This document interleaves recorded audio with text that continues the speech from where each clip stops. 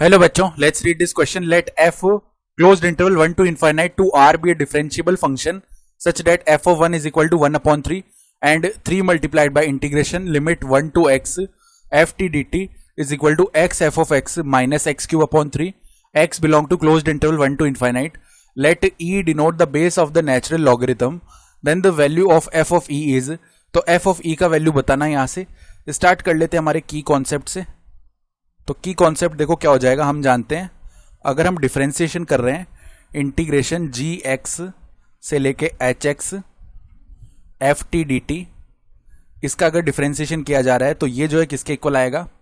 पहले तो यहाँ पे एफ ऑफ एच एक्स आ जाएगा मल्टीप्लाई में एच डैश एक्स, ठीक है, और माइनस में एफ ऑफ जी एक्स आ जाएगा और मल्टीप्लाई में जी डैश एक्स, ठीक है.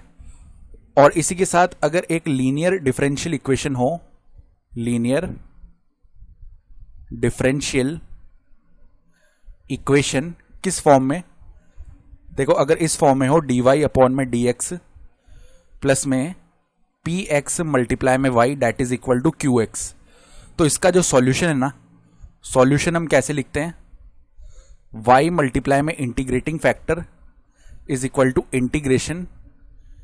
Integration of I F that is integrating factor multiply में क्यू एक्स डी एक्स, जहां पे जो इंटीग्रेटिंग फैक्टर है वो किसके इक्वल आता है, E raise to power integration of P X D X, ठीक है. तो पहले तो हम क्या करते हैं, देखो जो यहाँ पे इंटीग्रल लिखा हुआ है वो लिख लेते हैं 3 इंटीग्रेशन 1 टू एक्स है और यहां पे एफ टी डी टी लिखा हुआ है, एफ टी डी टी, इसको सॉल्व करेंगे, ठीक है. ये किसके इक्वल दिया हुआ है, x F of x minus में एक्स क्यूब अपॉन में 3.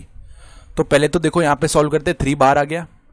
अब एफ ऑफ अपर लिमिट रखी तो एक्स मल्टीप्लाई में एक्स का जो डिफरेंशिएशन है एक्स के रिस्पेक्ट में क्या होगा, 1 ही होगा, माइनस में अब एफ ऑफ 1 रख देंगे, 1 का डिफरेंशिएशन एक्स के रिस्पेक्ट में कितना हो जाएगा, 0 हो जाएगा, ठीक है, इज इक्वल टू, अब हमने दोनों तरफ यहां पे क्या किया, डिफरेंशिएशन किया है ना, ठीक है.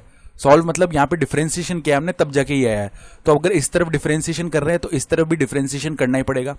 तो यहां पे देखो u मल्टीप्लाई v वाला रूल लगेगा, हम जानते हैं अगर ऐसे लिखा हुआ होता है u मल्टीप्लाई में v, इसका अगर डिफरेंशिएशन कर रहे हैं तो पहले u कांस्टेंट होता है, v का डिफरेंशिएशन होता है, प्लस में v कांस्टेंट होता है, u का डिफरेंशिएशन होता है, जहां पे u और v दोनों x में फंक्शंस है.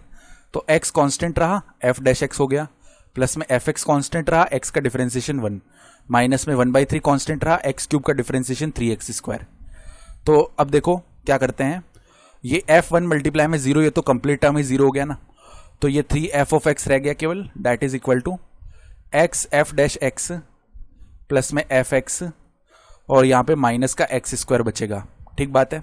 तो हम क्या करते हैं, एफ एक्स को उस तरफ ले जाते हैं, तो 3f(x) माइनस एफ एक्स यानी कि 2f(x) हो गया और प्लस का एक्स स्क्वायर भी इधर आ जाएगा, that is equal to x f dash x, ठीक है. अब कंप्लीट टर्म में हम x का डिवाइड कर देते हैं, तो 2f ऑफ x अपॉन में x प्लस में x आ जाएगा, that is equal to f dash x, ठीक है. तो अब देखो सभी टर्म्स को राइट हैंड साइड में लेके जाते हैं, तो एफ डैश एक्स माइनस में 2 अपॉन में x F of x minus में x, ठीक है. या चलो इस x को तो इसी तरफ रखते हैं ताकि बराबर में कुछ आ जाए, ताकि हम अपनी लीनियर डिफरेंशियल इक्वेशन वाली फॉर्म बना सकें. तो that is equal to x, हमने इसको ऐसे लिख दिया है, ठीक है. तो अब हम क्या करेंगे, एफ एक्स को एक बार के लिए y बोल देते हैं, तो let f x is equal to y, इसका मतलब है एफ डैश एक्स जो है वो क्या हो जाएगा, डी वाई अपॉन में डी एक्स. तो अब रीराइट करते हैं इस डिफरेंशियल इक्वेशन को, डी वाई अपॉन में डी एक्स माइनस का 2 अपॉन एक्स मल्टीप्लाई में y that is equal to x. अब ये लीनियर डिफरेंशियल इक्वेशन बन चुकी है. इसका सॉल्यूशन निकालने के लिए पहले इंटीग्रेटिंग फैक्टर यानी e raise to power integration of -2 upon x से dx, यानी e रेज टू पावर -2 बाहर ले लिया, ठीक है, और integration of 1 upon x dx, 1 upon x का जो इंटीग्रेशन है ln x होता है, तो e raise to power -2 ln x. अब लॉग की प्रॉपर्टी से जो -2 मल्टीप्लाई में लिखा हुआ है ये x की पावर में चला जाएगा, यानी e raise to power ln x की पावर -2. हम ये भी जानते हैं a raise to power log base a, b इसका जो वैल्यू है डायरेक्टली b के इक्वल आ जाता है. तो यहाँ पे ln का मतलब भी क्या है, बेस e है, यानी इसका value directly x raise to power -2 यानी 1 अपॉन एक्स स्क्वायर के इक्वल आ जाएगा. तो अगर सॉल्यूशन हम लिखना चाह रहे हैं तो सॉल्यूशन क्या आएगा, y मल्टीप्लाई में आई एफ यानी y मल्टीप्लाई में 1/x² is equal to integration of x multiply में 1/x² dx। तो ये बन गया y/x² that is equal to, इधर इंटीग्रेशन ऑफ 1/x बच जाएगा dx, ये किसके इक्वल हो जाएगा, ln x प्लस में c। अब x² को इस तरफ भेज दिया तो y का जो वैल्यू है क्या हो जाएगा, x² ln x प्लस में c, ये आ गया। फर्दर हमें पता है कि f(1) का वैल्यू कितना है, 1/3, ठीक है, यानी कि x इज इक्वल टू 1 रखने पे y का वैल्यू 1/3 आएगा। तो देखो 1/3 इज इक्वल टू, यहाँ पे 1 का स्क्वायर हो गया, देन ln 1 का वैल्यू 0 होगा प्लस में c, इसका मतलब c का वैल्यू डायरेक्टली 1/3 आ चुका है। तो y का जो फाइनल वैल्यू है कितना हो गया, x² ln x प्लस में 1/3। अब हमें निकालना क्या है, f ऑफ e निकालना है ना, f ऑफ e यानी x की जगह पे e रख देते हैं, जो y का वैल्यू आएगा वो हो जाएगा। तो x is equal to e रखने पे जो f ऑफ e का वैल्यू क्या आएगा, e² ln e प्लस में 1/3, यानी हो गया e² ln e का वैल्यू 1 हो जाएगा प्लस में 1/3, तो ये बन गया 4/3 e²।